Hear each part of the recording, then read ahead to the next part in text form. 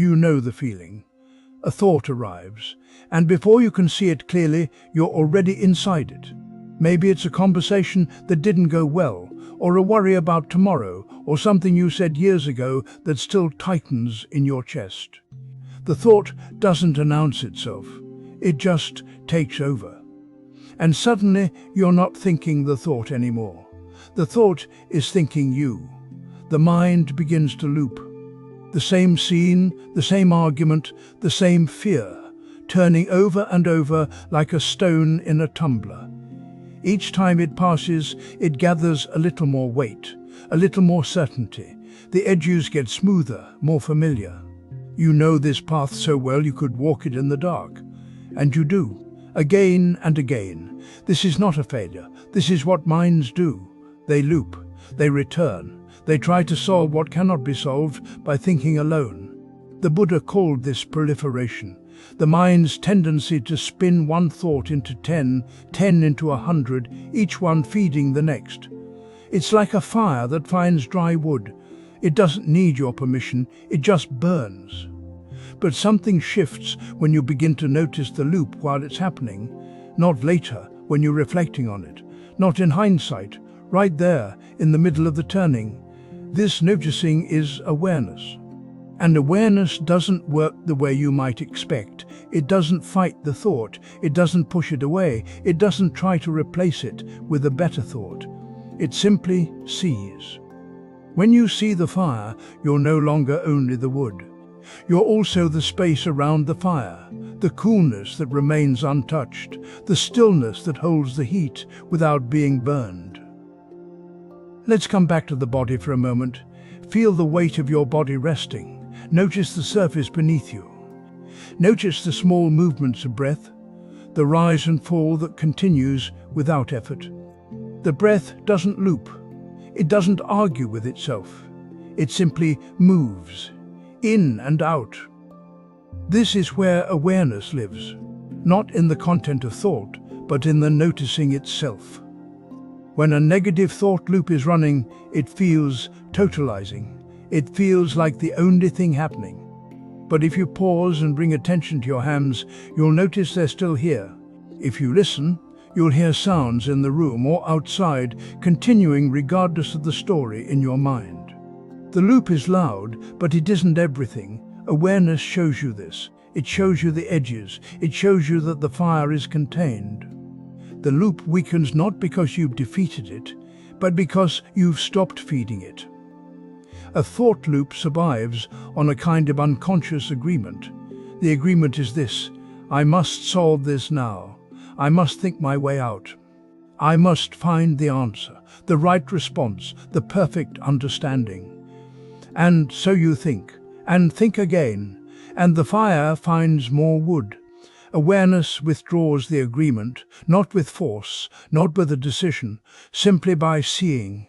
When you see the loop as a loop, when you recognize the pattern as it's happening, something in you stops reaching for the next thought. You don't have to make this happen, it happens on its own. The fire finds no more wood, it begins to quiet. This doesn't mean the thought disappears. It might return, it probably will. But each time you meet it with awareness, the loop has less power. The grooves get shallower, the automaticity loosens. You begin to notice the space between the thought arriving and the moment you step into it. That space is brief, just a breath, but it's enough. The Buddha taught that suffering arises from clinging, from the mind's habit of grasping and pushing away. A negative thought loop is a kind of clinging. You cling to the problem, to the need to resolve it, to the identity of being someone who struggles with this particular thing. Awareness doesn't cling. It rests. It observes. It allows the fire to burn without adding fuel. You might feel the loop right now. Some familiar worry, some old story. If it's there, let it be there. Don't try to push it away. Instead, bring your attention to your breath. Just one breath. Feel the coolness as air enters. Feel the warmth as it leaves. The thought is still present, but now there's also this: the breath, the body, the sounds around you, The thought is no longer the whole sky. It's a cloud, and you are the sky that holds it. This is where the practice begins. Not with fixing or improving or transcending, but with seeing, with meeting what arises again and again with the simplest form of attention. You've noticed it before. A thought appears. It says something painful or frightening or heavy. Then it leaves. And then, without warning, it returns. The same thought, the same words sometimes, the same feeling underneath. It doesn't ask permission. It simply arrives again, as if it has a claim on your attention. This is not weakness. This is not a sign that something is wrong with you. It is the nature of thought when left unobserved. A thought that is not seen clearly will repeat. It moves through the mind like a record skipping on the same groove, playing the same fragment of sound over and over. The needle stays in place because nothing has lifted it. The loop continues because the conditions for looping remain. The Buddha pointed to something simple. When you see the arising of a thought, you see its nature. When you see its nature, you are no longer caught in it. This is not philosophy. It is direct observation. A thought that is seen is different from a thought that is believed without question. The seeing itself changes the relationship. What does it mean to see a thought? It means noticing that it has arrived, not analyzing it, not arguing with it, not trying to push it away, just recognizing this is here now. This is what the mind is doing. The moment you notice a thought as a thought, something shifts. There is you, and there is the thought. They are not the same thing. Most of the time, we do not see thoughts this way. We are inside them. A thought about the past appears and suddenly we are back in that moment, reliving it, feeling it as if it is happening now. A thought about tomorrow appears and the body tightens, the breath shortens, the mind begins to prepare for something that has not occurred. We do not notice that we have left the present. We do not see that a thought has taken over. The loop continues because the thought is not recognized as a thought. It is experienced as truth, as reality, as the only way to see the situation. And so it plays again. The same groove, the same skip. The mind returns to it because the mind believes it must. There is no space between the thought and the believing of it. Awareness is what creates that space. When you notice a thought, you are no longer fully inside it. You are observing it. And in that observation, the thought begins to lose its grip. It is still there. It may still carry feeling. But it is no longer the whole of your experience. There is the thought, and there is the awareness of the thought. The needle has been lifted, even slightly. This does not require force. You do not need to fight the thought or replace it with a better one. You only need to name it, silently, gently, with no judgment. Thinking about the past, worrying about tomorrow, blaming myself. The name does not need to be precise. It only needs to be honest. You are simply acknowledging what is happening. When you name a thought, you step out of the story it is telling. The thought may say, "You should have done it differently." When you name it, you say quietly, "This is a thought about regret." The content of the thought is still there, but now you see it as content. It is something the mind is producing. It is not the same as the truth of this moment. This is a practice you can bring into a single day. Choose one thought that tends to return. It might be a worry. It might be a memory. It might be a judgment about yourself or someone else. You do not need to wait for it to appear. It will appear. When it does, notice it. Name it. Let the naming be soft, almost like a whisper in the back of your mind. This again, thinking about what they said. And then return to the breath or the body or whatever is in front of you. The thought may come back. It probably will. The loop has momentum. But each time you name it, you weaken that momentum slightly. The groove becomes less deep. The needle lifts a little more easily. You begin to see that the thought is not as solid as it seemed. It arises, it passes, it arises again, but it is not permanent, it is not you. The Buddha did not teach us to eliminate thoughts. He taught us to see them clearly. Clarity is what breaks the loop. When you see a thought as a thought, it no longer has the same power. It can still appear. It can still carry discomfort. But you are no longer trapped inside it. There is space now. There is breath. There is the possibility of choosing where your attention goes next. This is not a dramatic shift. It is quiet. It happens in small moments. One thought, one naming, one return to awareness. But over time, these small moments accumulate. The loop weakens. The mind begins to rest more easily. And you begin to trust that you do not have to believe every thought that arrives. You sit down to rest, and within seconds the thoughts arrive. One says you should have spoken differently this morning. Another says you will fail at the thing you are planning. A third loops back to something you said years ago. And because these thoughts appear in your mind, you assume they are yours.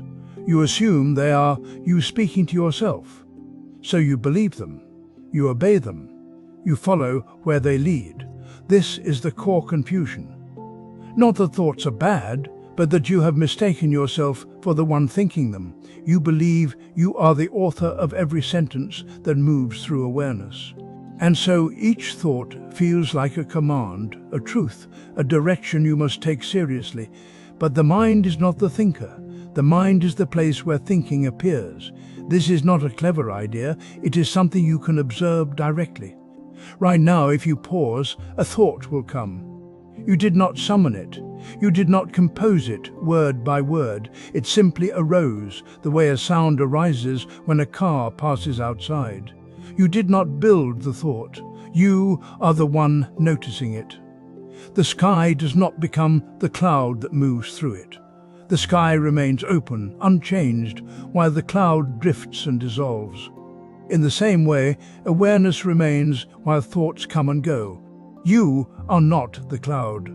You are the space in which it appears. When you see this, even for a moment, the thought loses its grip. It is still there. It still says what it says. But it no longer feels like a command. It feels like weather. Most of the time, you are so close to your thoughts that there is no gap between the arising and the believing.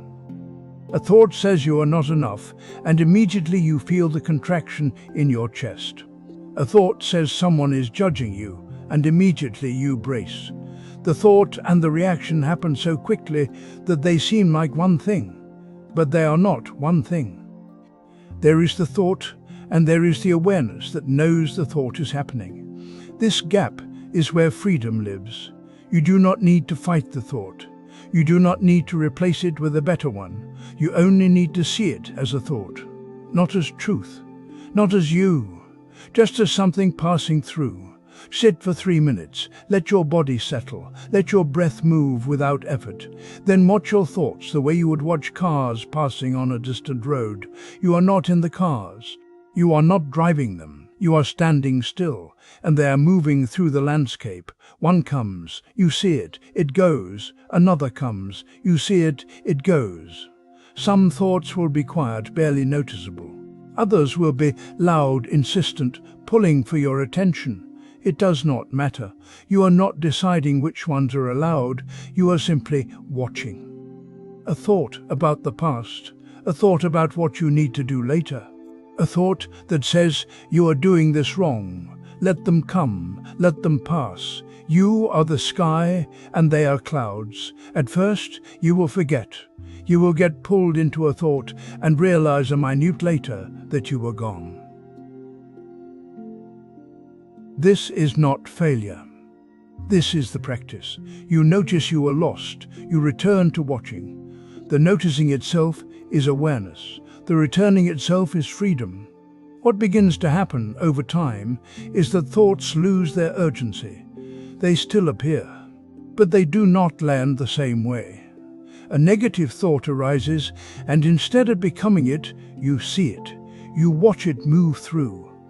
And in that watching, the loop weakens.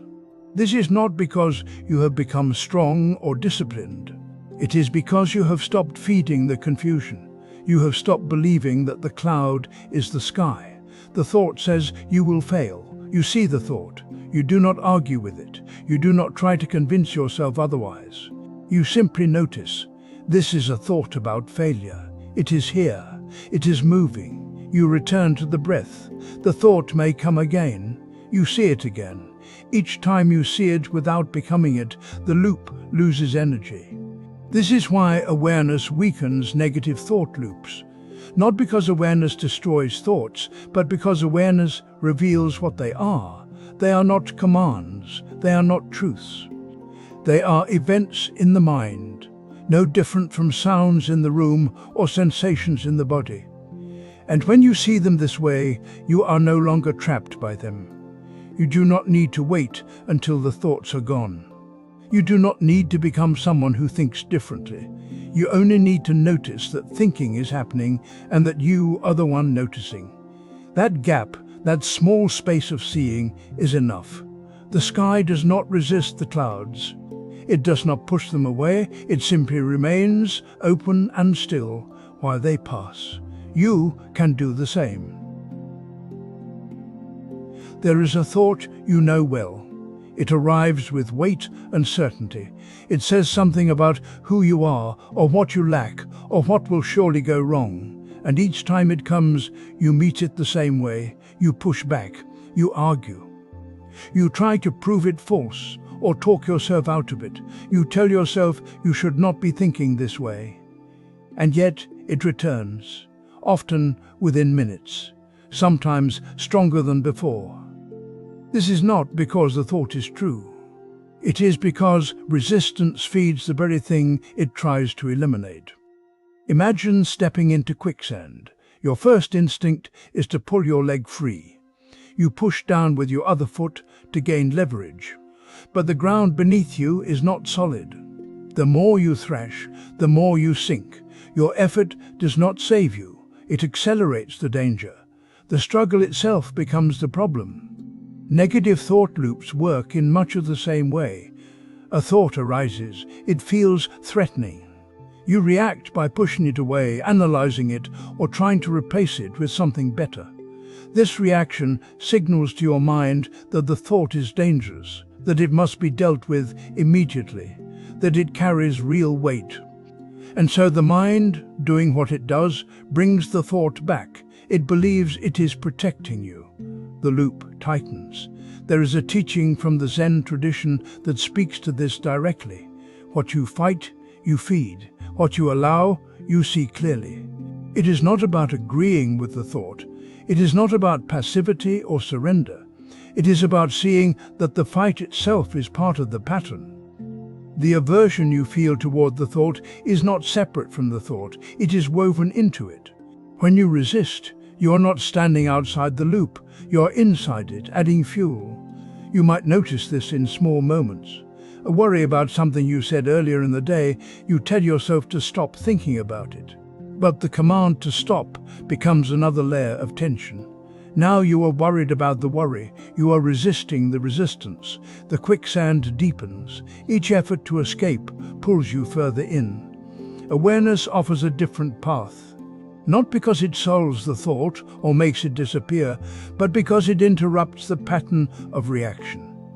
When a difficult thought arises, you can pause. You do not need to fix it. You do not need to decide if it is true or false. You can simply notice that it is here. You can say inwardly with no urgency, "This is here.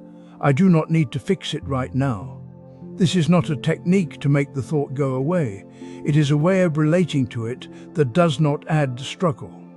The thought may stay. It may leave. Either way, you are not sinking. You are standing on firmer ground, even if that ground is just the simple fact of noticing. What happens when you stop thrashing? In quicksand, your body begins to float. The material is denser than water. If you stop fighting, you rise slightly. You can lean back, spread your weight, and move slowly toward the edge. It is counterintuitive. It feels wrong, but it works. The same shift happens with thoughts. When you stop arguing, the thought loses some of its charge. It is still there, but it is no longer the only thing. There is also the breath, the feeling in your hands, the sound of the room. The thought becomes one element among many, rather than the entire field of experience.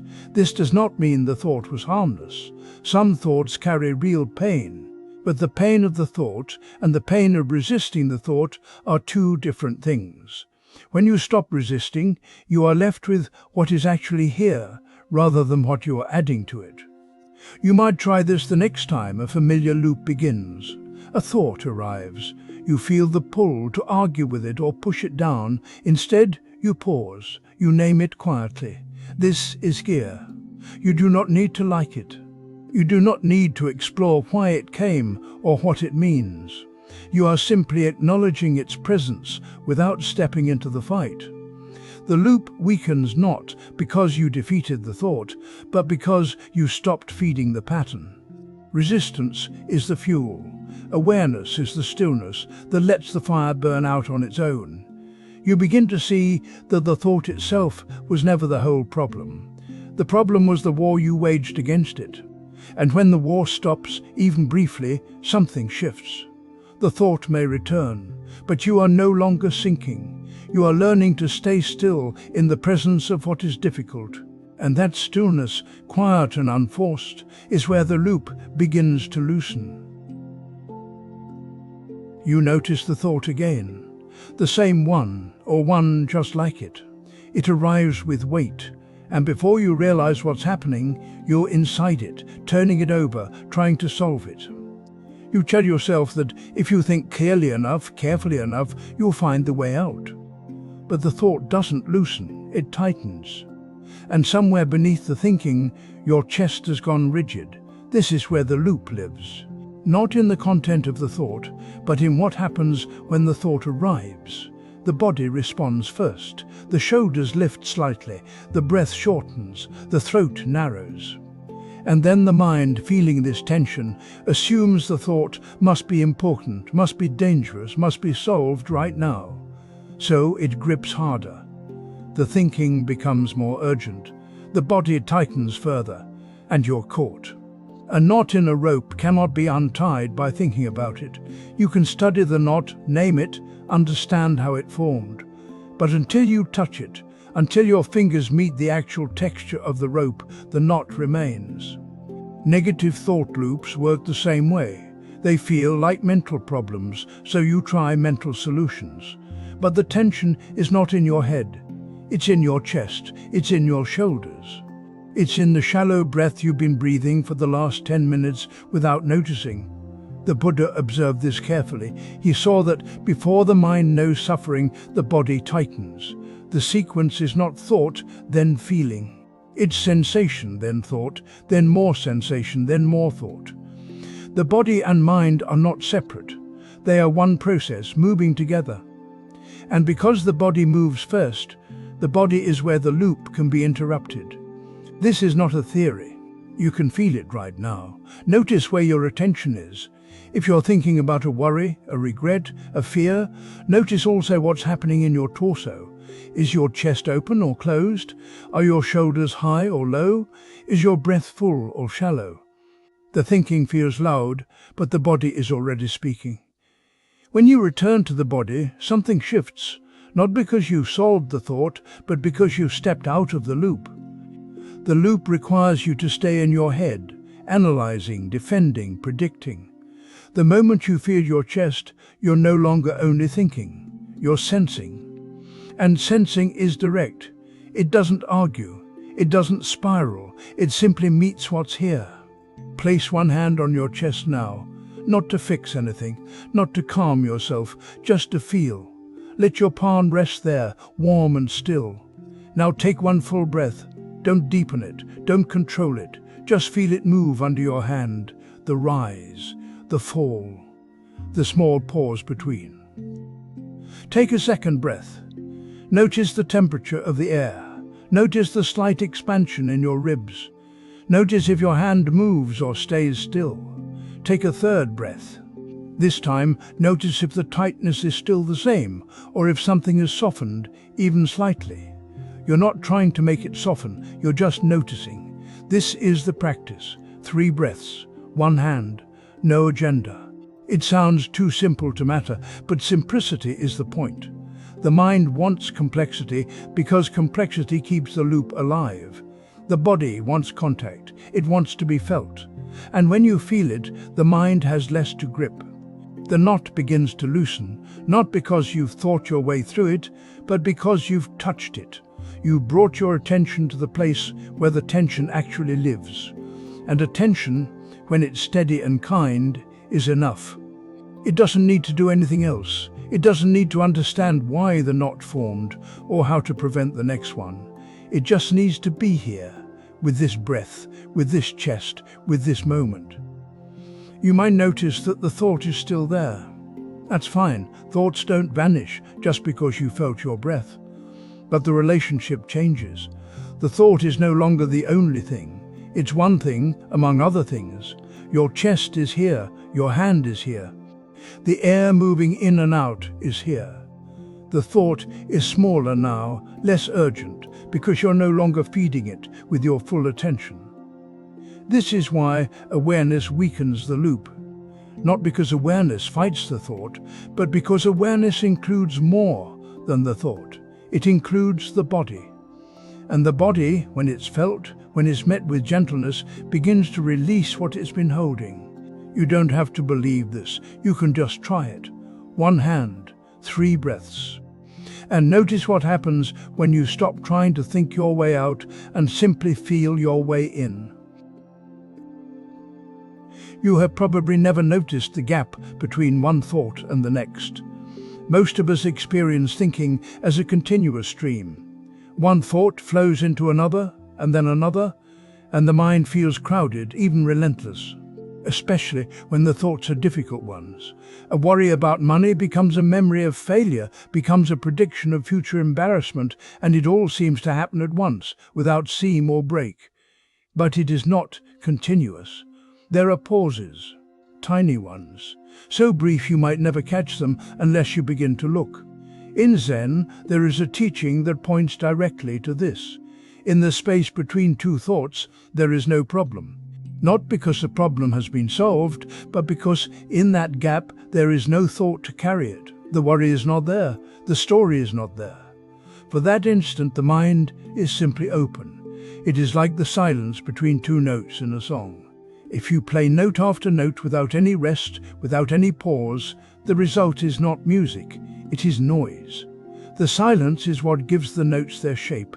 It is what allows you to hear one note as distinct from another. Without that space, there is no melody, only pressure. The same is true in the mind. The space between thoughts is not emptiness in the sense of lack, it is openness. It is the background that allows thought to appear at all. But because we are so focused on the content of thinking, we overlook the ground it arises from. When a negative thought loop takes hold, it feels totalizing. You might notice you are thinking the same worry over and over, but it does not feel like repetition. It feels like one long, unbroken experience of distress. That is because attention is glued to the content. You are inside the story the thoughts are telling, and from inside there is no perspective. There is no gap. Awareness changes this not by stopping the thoughts, but by revealing the space around them. When you become aware of a thought, you are no longer entirely identified with it, you are noticing it. And in that noticing, something shifts. The thought is still there, but it is no longer the whole field of experience. There is the thought, and there is the awareness of the thought, and between them, a little distance opens. That distance is not something you create, it is already there. Awareness simply makes it visible. And once you begin to see the gaps, the thoughts lose some of their momentum. A thought arises, and you see it. It passes. Another thought arises. You see that one too. And in between, for just a moment, there is quiet. Not the quiet of suppression, but the quiet of space. The silence between the notes. This is not about controlling the mind, it is about learning to recognize what is already happening. One simple way to begin is with the breath. Not by changing it, but by noticing it as it is. Breathe in, breathe out. And then, after the exhale, notice the brief pause before the next breath begins. It is very short, sometimes less than a second. But it is there. In that pause, the body is still. The breath has not yet started again. And if you rest your attention there, even for that instant, you may notice that the mind is also still. Not blank, not forced, just quiet. You do not need to do anything with this pause. You do not need to make it longer or deeper or more significant. You are simply noticing it. And in noticing it, you are training attention to recognize space. This is the same skill that allows you to notice the gap between thoughts. The breath is easier to work with because it is physical. You can feel it. The pause is obvious once you look for it. But the principle is the same. Between one breath and the next, there is rest. Between one thought and the next, there is openness. When a difficult thought arises, you do not need to fight it. You do not need to replace it with a better thought. You can simply notice it, and then notice what comes after. If another thought follows immediately, you notice that too. But if there is a gap, even a small one, you let your attention rest there. In that gap, the problem the thought was carrying does not exist. Not because you have solved it, but because thought is what constructs the problem. And in the absence of thought, there is nothing to construct. This does not mean the problem is not real. It means that the problem exists in time, in narrative, in the movement of mind. And in the space between movements there is simply this: the room you are in, the sensation of breathing, the quiet that was always here. The loop weakens, not because you have defeated it, but because you have stopped feeding it your full attention. You have found the silence between the notes. You've probably noticed how some thoughts arrive with such force that they feel undeniable. A worry about money comes with a tightness in your chest and a vivid image of yourself struggling. A memory of something you said wrong plays back with the same heat you felt in the moment. The thought doesn't feel like a passing idea. It feels like a fact you're living inside. This is where the confusion begins. Not with the content of the thought, but with what you believe it to be. On a hot road in summer, you sometimes see what looks like water shimmering in the distance. The image is clear. If you're thirsty, it becomes convincing. But when you reach the spot, there's only dry pavement and heat rising. The mirage wasn't a lie exactly. It was a real optical event. But it wasn't what it appeared to be. A thought works in a similar way. It appears solid. It carries texture and weight. But when you look closely at what's actually happening, you find something different. You find a process, not a thing, a wave that rises and falls. And like any wave, it doesn't stay. This is one of the oldest observations in early Buddhist teaching. A thought is not a fixed object you possess.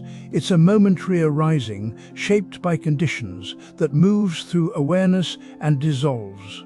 If you watch carefully, you'll see this for yourself. The thought that felt so urgent a moment ago has already shifted. Maybe it's quieter now. Maybe it's been replaced by something else. Maybe it's gone entirely, and you didn't even notice when it left. But most of the time, you don't watch. You believe the thought while it's happening. You take the mirage as water and plan your next steps accordingly. The worry about money becomes a reason to tense your shoulders and scan for danger. The memory of what you said wrong becomes proof that you always mess up. The thought pulls you into its story, and you forget that the story is also just another thought, also moving, also temporary. Awareness changes this, not by pushing the thought away, not by arguing with it or trying to replace it with something positive. Awareness simply sees the thought as a thought. It notices that the wave is rising. It stays present while the wave is here. And it sees, without effort, when the wave begins to fall. This isn't a technique you force. It's what happens when you stop assuming the thought is telling you the truth about reality and start noticing what the thought actually is. A brief event in the mind, no more solid than the mirage on the road. You can try this with one recurring thought. Pick something familiar. Maybe it's the thought that you're behind, or that you're not enough, or that something bad is going to happen. Don't pick the hardest one. Pick one that shows up often enough that you'll recognize it when it comes. The next time it arises, don't try to fix it. Don't analyze why it's here or what it means. Just notice that it's here. Feel where it lives in your body. Notice if there's an image with it. Notice the tone it carries. And then, without doing anything else, watch how long it actually lasts before it changes. You might find that the thought is sharp for a few seconds, then softens. Or it repeats, but with less intensity the second time. Or it gets interrupted by a sound, a sensation, a different thought entirely. The wave rises, and then it doesn't stay at the same height. It never does. This is where the mirage becomes useful again. When you believed the shimmering on the road was water, you moved toward it with a specific urgency. But once you saw what it actually was, the urgency fell away. You didn't have to convince yourself the mirage wasn't real. You just saw it clearly, and the seeing changed everything. The same thing happens with a thought. When you see that it's a process, not a fact, the grip loosens. Not because you've defeated the thought, not because you've become stronger than it, but because you've stopped mistaking it for something it never was. The thought about not being enough rises. You feel it. You notice the tightness it brings. You see the familiar image it carries. And you also see that it's moving. Already, even as you watch, it's not quite the same as it was 3 seconds ago. The sharpness has dulled slightly. A breath has come in. The thought is still present, but is no longer the only thing happening. And then, if you keep watching without interference, you'll notice something else. The thought fades, not because you pushed it away, but because that's what thoughts do. They arise, they peak, they dissolve. Even the strongest ones, even the ones that have been with you for years. This is the insight that weakens the loop. Not belief, not effort, just seeing again and again that the wave doesn't last. There is a thought you've had many times. Perhaps it arrives in the morning, or when you are alone, or when something small goes wrong. It says the same thing each time.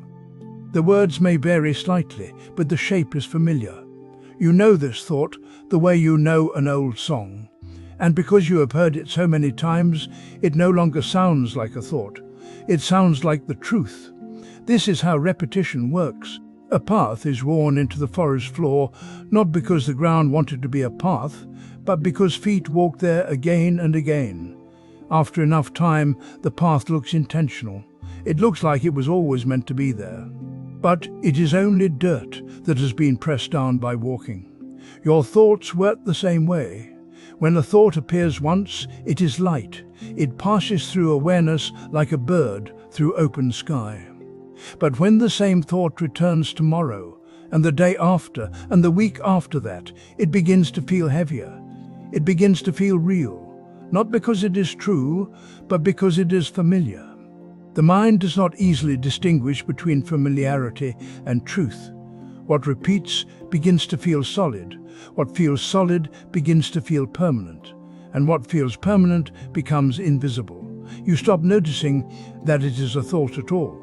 You simply believe it. This is the illusion. Repetition creates the appearance of solidity. A thought you've had 100 times feels more true than a thought you have had once. But frequency is not the same as accuracy. A lie told every day does not become fact. It only becomes familiar. When you see the repetition itself, something shifts. Not because you argue with the thought or try to replace it, but because you notice that it is a pattern. You see that this is the same thought you had yesterday, the same thought you had last month, the same words arranged in the same order, arriving in the same moment. And when you see that, the thought loses some of its weight. It is still there, but it no longer feels like revelation. It feels like habit. This is where awareness begins its work, not by pushing the thought away, but by naming what is happening. When the familiar thought arises, you can say quietly to yourself, without force, "I have thought this before." It is a habit, not a fact.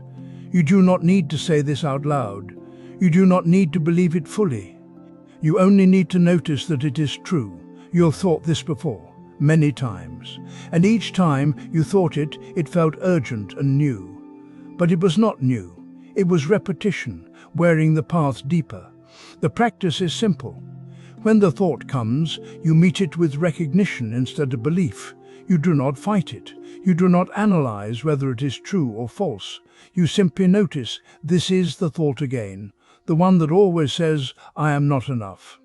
Or the one that always says nothing will change. Or the one that always arrives when you are tired and tells you that you have failed. Whatever the content, the recognition is the same. This is a thought I have had before. And in that moment of seeing, there is a small gap. Not a gap where you fix yourself or improve the thought, just a gap where the automatic belief loosens. The thought is still present, but you are not inside it the same way. You are aware of it, the way you might be aware of rain on the window. It is there, but it is not you.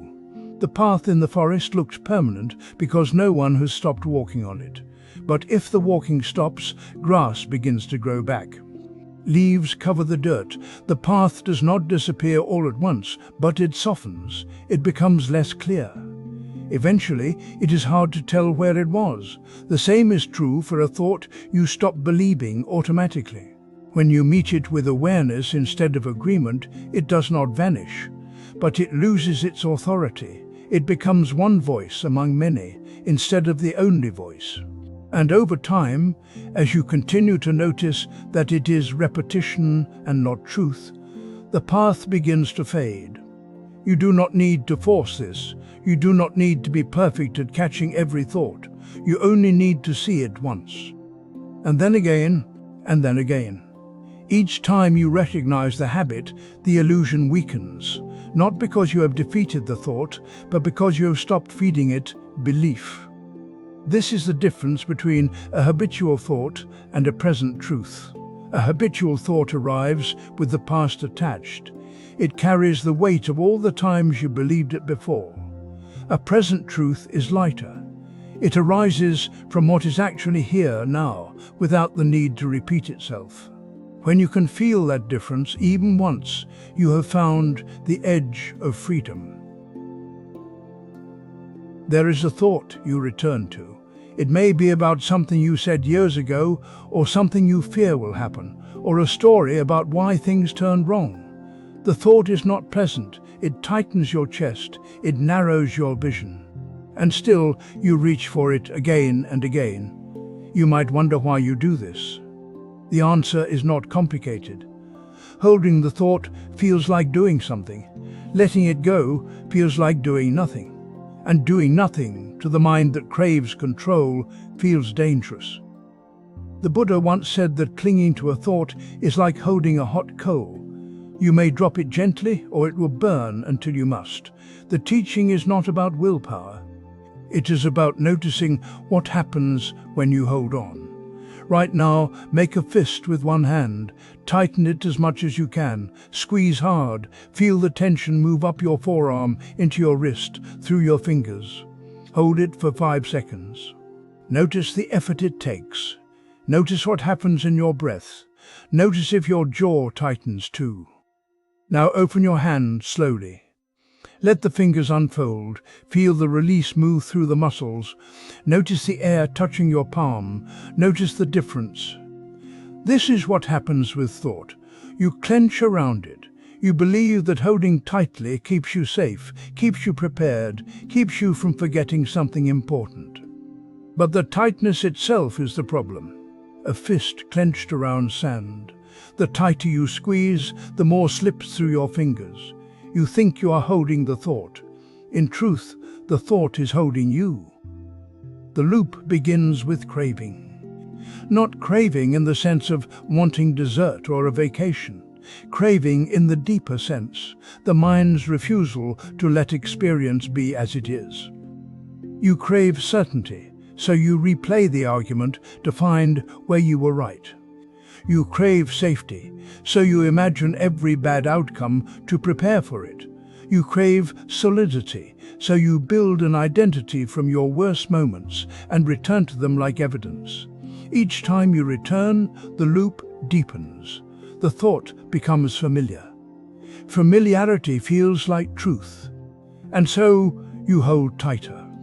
But awareness does something unexpected. It does not fight the thought. It does not replace it with a better one. It simply sees it. And in the seeing, something loosens. Try the fist again. Clench it. Hold it. This time, while your hand is tight, notice that you are aware of the tightness. You are not the fist.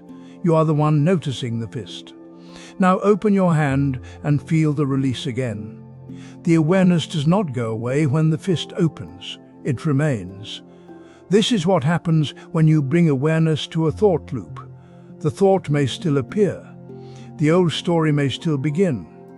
But you are no longer inside it in the same way. You see it forming. You feel the clench. And in that moment of seeing, there is a choice you did not have before. The choice is not to fight. Fighting is just another form of clenching. The choice is to stop adding fuel, to stop narrating, to stop justifying, to let the thought be a thought, not a command. You might notice that the thought goes quieter when you stop feeding it, not because you pushed it away, because you stopped holding it so tightly. A fist clenched around sand. When you open your hand, the sand does not disappear. It simply rests in your palm. It no longer defines the shape of your hand. The relief comes not from solving the thought, but from releasing the effort of holding it. This is what weakens the loop. Not insight into why the thought is wrong. Not a better thought to replace it. Just the quiet recognition that you have been squeezing and you can stop. Make a fist one more time. Squeeze. Feel the effort. Now let it go. Notice the softness that follows. Notice that nothing was lost. Your hand is still here. The air is still here. You are still here. This is the practice. Not once, but each time the loop begins. Each time you notice the clench, you have the chance to open. Not perfectly, not forever, just now. And the now is enough. The thought will return. Loops do not vanish because you saw them once. But each time you meet the thought with awareness instead of reaction, the loop loses a little of its grip. The coal is still hot, but you are learning that you do not have to hold it. There is a moment you may recognize. A thought arrives that feels heavy or unkind. Perhaps it says you are failing, or that you should have known better, or that something about you is fundamentally wrong. And then, almost immediately, a second voice enters. This one says you should not be thinking this way. It tells you that negative thoughts are a problem to be solved, a sign of weakness, something you must eliminate if you are ever going to be at peace. This second voice believes it is helping. It believes that by criticizing the first thought, it will make you better. But what actually happens is that suffering doubles. The original difficulty remains, and now there is also shame about having the difficulty at all. You are caught between the thought and the judgment of the thought, and the space inside becomes very tight. A gardener who tends a plot of land does not curse the weeds when they appear. She does not stand over them and ask why they keep returning, or what is wrong with the soil that allows them. She simply kneels down, takes hold of the stem, and pulls.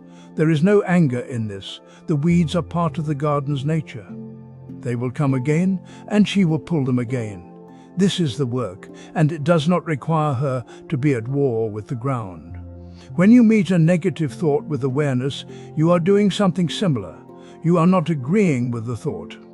You are not trying to make it stay. But you are also not adding a layer of violence to its presence.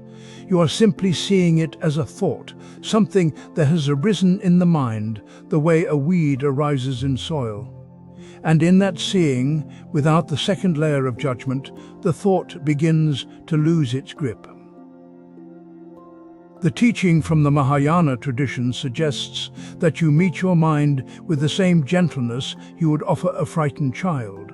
This is not sentimentality, it is precision. A frightened child does not calm down when you tell them they should not be afraid.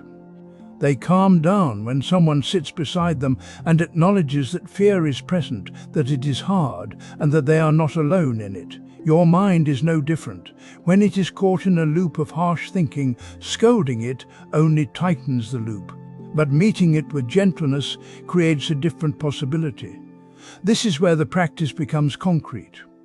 When you notice that you are criticizing yourself for having a negative thought, you can pause.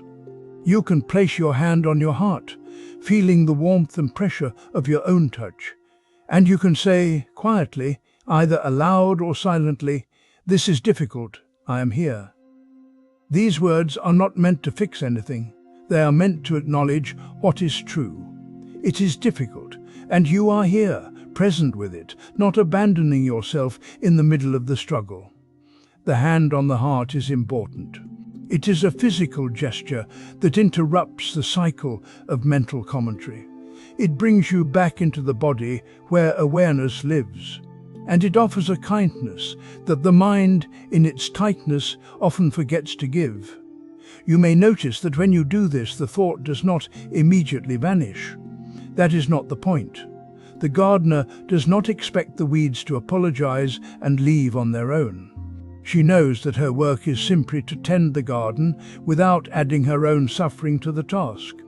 In the same way, your work is not to eliminate every difficult thought. It is to stop fighting with yourself about having them. Awareness weakens the loop not by force, but by changing the conditions. When you observe a thought without piling judgment on top of it, you are no longer feeding it with a second layer of energy. The thought may still be present, but it is no longer tangled up with shame and self-attack. It becomes lighter, more transparent. Sometimes it fades quickly. Sometimes it lingers but loses its weight.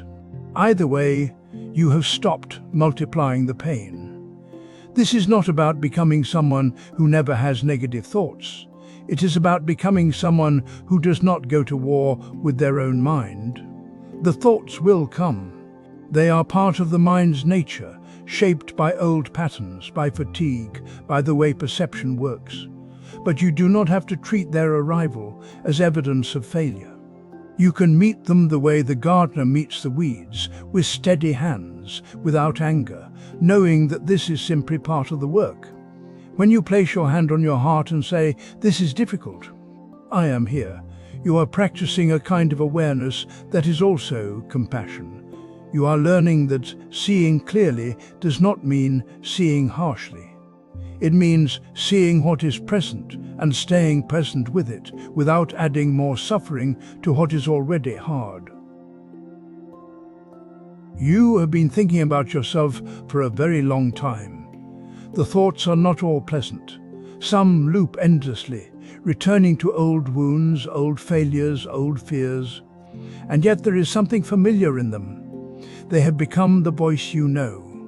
When you imagine letting them go, even for a moment, a quiet panic arises. Without these thoughts, who would you be? The question feels dangerous. It suggests an emptiness you are not sure you can bear. But consider a lake on a windy day. The surface churns and reflects nothing clearly. Clouds, trees, sky, all are broken into fragments, shifting and distorted. Then the wind stops. The surface stills. What was always beneath the disturbance becomes visible. The water was never the wind. It was only moved by it. Your thoughts are like that wind. They move across the surface of awareness, and you have learned to mistake the movement for the thing itself. You think the churning is you, but awareness does not need the wind to exist. It is what remains when the wind stops. This is not a comfortable teaching. You have spent years building an identity from your thoughts. You know yourself as the one who worries, the one who regrets, the one who plans and defends and remembers. To sit without those thoughts, even briefly, feels like dissolving. But the Zen tradition offers something here. It says your true face is the one you had before you learned to think, before language named you, before memory claimed you, before you became the story you tell about yourself. That face is not a blank, it is not nothing, it is simply uncluttered by the need to be someone in particular. When you sit quietly and ask, "What is here when I am not thinking about myself?" you are not trying to erase yourself. You are looking beneath the noise. You are letting the wind settle so the lake can show what it has always held. At first, the question may bring more thoughts. The mind will offer answers. It will say, "I am tired, I am restless, I am the one who is trying to meditate." These are still thoughts about yourself. Let them pass. Do not push them away. Just notice they are there and return to the question, "What is here when I am not thinking about myself?" You might notice the feeling of your breath, the weight of your body, the coolness of the air. These are not thoughts. They are direct sensations. They do not need your commentary to exist. And in noticing them, you are already stepping outside the loop. You are no longer the thinker. You are the one who is aware. This is where the loop begins to weaken. Not because you have fought it, not because you have replaced it with better thoughts, but because you have stopped feeding it your attention.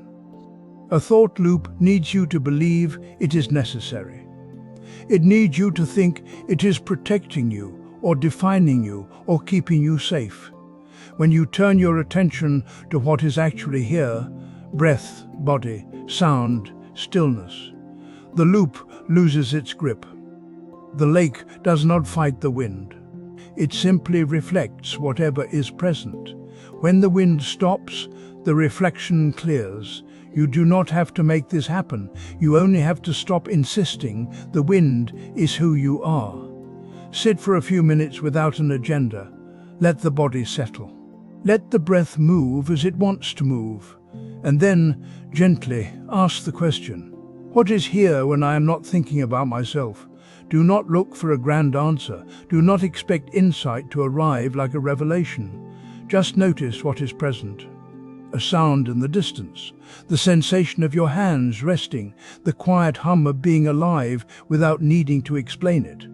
This is not emptiness. This is presence without the weight of self-construction, and it is always available. You have simply been too busy thinking to notice it. The thought loops will return. They are old habits. But each time you sit and ask the question, you are reminding yourself that you are not only the thoughts, you are also the awareness that holds them. And awareness does not loop, it does not cling, it does not need to be anyone. When the wind stops, the lake shows its depth. What was always there becomes visible. You sit down to practice. You close your eyes and bring attention to the breath. Within moments, a familiar thought arrives. Maybe it is worry about tomorrow. Maybe it is a conversation you wish you had handled differently. You notice the thought, and for a brief moment you feel encouraged. This is awareness, this is the practice. But the thought does not leave. It circles back, it brings another thought with it, and then another. Before long, you are deep inside a story you have told yourself many times before. When you finally notice you have drifted, the disappointment is immediate. You were supposed to be watching. You were supposed to stay present. The awareness that felt so promising a moment ago now feels like evidence of failure. This is where many people misunderstand the practice. They believe that awareness is meant to stop the thinking. They expect that once they see a thought clearly, it should dissolve. And when it does not, when the same thoughts return again and again, they assume something has gone wrong. They assume they're doing it incorrectly. But the practice is not to stop thinking. The practice is to return again and again to what is present. When you train a puppy to sit, you do not expect it to understand on the first try. You do not scold it when it wanders toward a sound or a scent. You simply guide it back. You place it in position, gently, without frustration. The puppy does not learn by getting it right once. It learns through repetition, through returning. The same is true here. Each time you notice you are lost in thought, you are not failing. You are practicing. The noticing itself is the moment of awareness. What comes next is not perfection, it is the return. Take one conscious breath. Feel the air move in. Feel it move out. That is all. You do not need to fix what just happened. You do not need to analyze why the thought arrived or why it stayed so long. You simply begin again. This is not dramatic. It does not feel like progress in the way you might expect progress to feel. There is no surge of clarity, no sudden peace, just the quiet act of coming back. And then, a few breaths later, you will likely drift again. Another thought will arrive. Another story will begin to build. And once more you will notice. Once more you will return. The mind is conditioned to think. It has been thinking for as long as you have been alive. Thoughts about safety, about survival, about identity. Thoughts that plan and predict and protect. These patterns are deep. They do not vanish because you have decided to sit quietly for 10 minutes. What changes is not the presence of thought. What changes is your relationship to it. When you return without judgment, you are training a different response. You are teaching the mind that it does not have to follow every thought to its conclusion. You are learning that you can notice a thought, let it be, and still choose where to place your attention. This is equanimity, not the absence of difficulty, not the elimination of mental noise, just a steady willingness to return. The puppy wanders again. You guide it back. You do not expect it to stay forever. You do not grow bitter when it moves. You simply bring it back, as many times as needed, with the same patience you brought the first time. In the early teachings, this quality of returning is central. It is not about achieving a thoughtless mind. It is about recognizing when you have been pulled away and making the choice to come back. The breath is always here. The body is always here. Presence is always available. Each time you return, you are not starting over. You are deepening the practice. You are building the capacity to notice, to release, to begin again. This happens slowly. It happens through repetition. It happens without fanfare. You may sit for weeks and feel as though nothing is changing. The same thoughts will come. The same loops will form. But if you look closely, you will notice something subtle. The gap between drifting and noticing grows shorter. The return becomes smoother. The judgment softens. You are not trying to eliminate thought. You are learning to meet it without being swept away. So when the thought comes, and it will, let the practice be simple. One breath, one return. No need to measure how well you did or how long you stayed present. Just the quiet act of beginning again. The puppy will wander. That is what puppies do. And you will guide it back. That is what the practice is. You sit with a thought that has visited many times before. Maybe it is about something you said last week or something you fear will happen tomorrow. The thought arrives, and immediately you feel the tightness in your chest, the familiar shape of worry or regret. You have been here so many times that you wonder if noticing it even matters. After all, the thought is still here. The discomfort is still here. What has awareness actually changed? This is a question worth sitting with. It feels honest. You are not pretending the thought has vanished just because you saw it. You are not claiming some instant peace. You are simply asking whether awareness does anything at all, or whether you are just a more conscious witness to the same suffering. The Buddha spoke to this directly.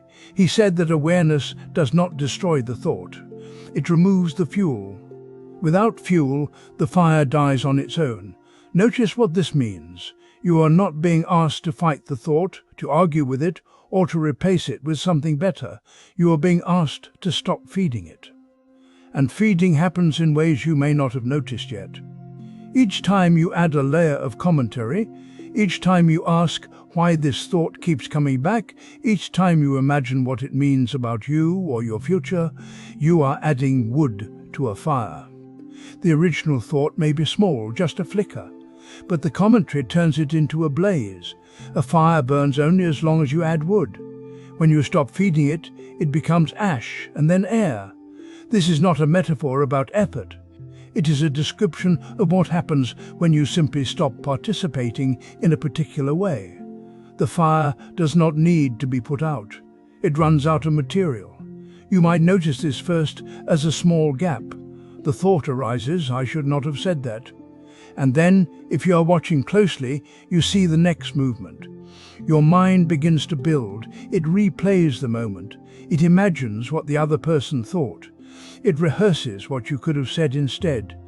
Each of these is a piece of wood. The thought itself was just a spark. The loop is what you built around it. When you stop adding wood, the thought does not vanish instantly. This is important. You may still feel the heat. You may still see the embers. But without new fuel, the heat begins to fade. The embers cool. What seemed solid and endless reveals itself as something that needed your participation to continue. This is where the question shifts. You are no longer asking whether awareness changes anything. You are beginning to see that awareness is the change, not something that comes after, not a tool you use to fix the thought. Awareness itself is the moment you stop feeding the fire. You can try this today with one thought loop, not all of them, just one. Notice when a familiar thought arrives. It might be worry about money, or a memory of something that went wrong, or a story about why you are not enough. The content does not matter. What matters is that you recognize it as a loop, something that has played before. Instead of following the thought into its usual territory, simply watch it. You do not need to analyze why it is here. You do not need to solve it or make it go away. You are just noticing that it has arrived. And then, with as much gentleness as you can find, notice what your mind wants to do next. Does it want to explain? Does it want to justify or defend? Does it want to imagine outcomes or replay scenes? Each of these is an invitation to add wood. You do not have to accept the invitation. You can let the thought sit there without building around it. This is not suppression. Suppression pushes the thought away. What you are doing is much quieter. You are letting the thought be exactly what it is, a single arising, without turning it into a story. The fire that burns only as long as you add wood does not need to be extinguished by force. It fades when the conditions that sustained it are no longer present, and the main condition is not the thought itself. It is your willingness to keep feeding it with attention that believes the story, with commentary that thickens the plot, with mental rehearsals that make it feel more real than this moment. When you stop, the thought may linger for a while. It may return tomorrow. But each time you meet it, without adding fuel, you are training something deeper than the thought. You are learning that awareness itself interrupts the loop, not by destroying anything, not by replacing one thought with another, simply by being present without participation in the building. This is what changes. Not the content of your mind, at least not right away. What changes is your relationship to that content. You begin to see thoughts as events, not commands. You begin to notice the gap between the thought arriving and the story beginning. And in that gap, the fire starts to die on its own. The loop weakens not because you fought it, but because you stopped feeding it with belief. You saw it as a pattern, not a truth. You noticed the gap between the thought and the one who hears it. That gap is where freedom lives. This doesn't mean the thoughts vanish forever. They may return tomorrow or in an hour wearing a different costume. The mind has long habits. It knows how to spin familiar stories. But once you've seen the mechanics, even once, something shifts. The next time the loop begins, there's a flicker of recognition. You've been here before. You know this voice. And in that knowing, the grip loosens just slightly. Awareness doesn't destroy the pattern by force. It loosens it by seeing. The thought arises, and instead of becoming it, you notice it. You feel the tightness in the chest, the heat in the face, the pulling sensation that wants you to follow. And you pause. You breathe. You let the thought hang in the air without rushing to answer it or push it away. This is not detachment in the cold sense. It's intimacy without fusion. You're close enough to see clearly, but not so close that you disappear into it. What you're practicing is not perfection, it's return. You'll forget 1,000 times. The loop will catch you when you're tired, when you're hurt, when the conditions are right for old patterns to reassemble. And that's not failure. That's the nature of mind. It moves, it builds, it repeats. Your work is not to stop the movement, but to meet it with patience each time it appears. There's a tenderness in this. Impermanence means the loop cannot hold forever. It rises, it peaks, it fades. Even the stickiest thought, the one that feels like it will crush you, has a beginning and an end. You've already survived every loop that came before this one. You're still here, still breathing, still capable of noticing. That itself is proof that the pattern is not as solid as it claims to be. The breath is always available. The body is always here. These are not techniques to master, but refuges to return to. When the mind speeds up, the breath is still moving at its own pace. When the thoughts tangle, the sensations in your hands and feet remain simple and direct. You don't have to transcend anything, you just come back, again and again, with as much gentleness as you can find. Over time, this returning becomes familiar. The awareness that once felt fragile starts to feel more steady, not because you've become invincible, but because you've learned to trust the process. You know that seeing the loop is enough. You don't have to win against it. You don't have to wait until it's gone to feel some ease. The ease is in the seeing itself. Gratitude can live here too. Not the forced kind, but the quiet recognition that you're able to do this work at all. That some part of you is awake enough to notice, curious enough to look, patient enough to stay. That's no small thing. Many people live entire lives without questioning the loops. You've chosen to turn toward them. That choice matters. The path doesn't end. There's no final graduation from the mind's patterns, but the relationship changes. What once felt like a trap starts to feel more like weather. It comes, it moves, it passes. You learn to stand in it without being swept away. And on the days when you are swept away, you learn to find your way back. If you'd like to continue sitting with these ideas, there are other reflections waiting. No urgency. They'll be here when you're ready. For now, let yourself rest in whatever steadiness you found. Let the breath move.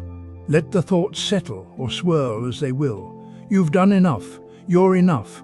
The awareness you've touched today will remain even when you're not thinking about it. It's woven in now, part of how you meet the world. Rest easy. The work continues, but not all at once. Not tonight. Just this breath. Just this moment, just the quiet knowing that you can return whenever you need to.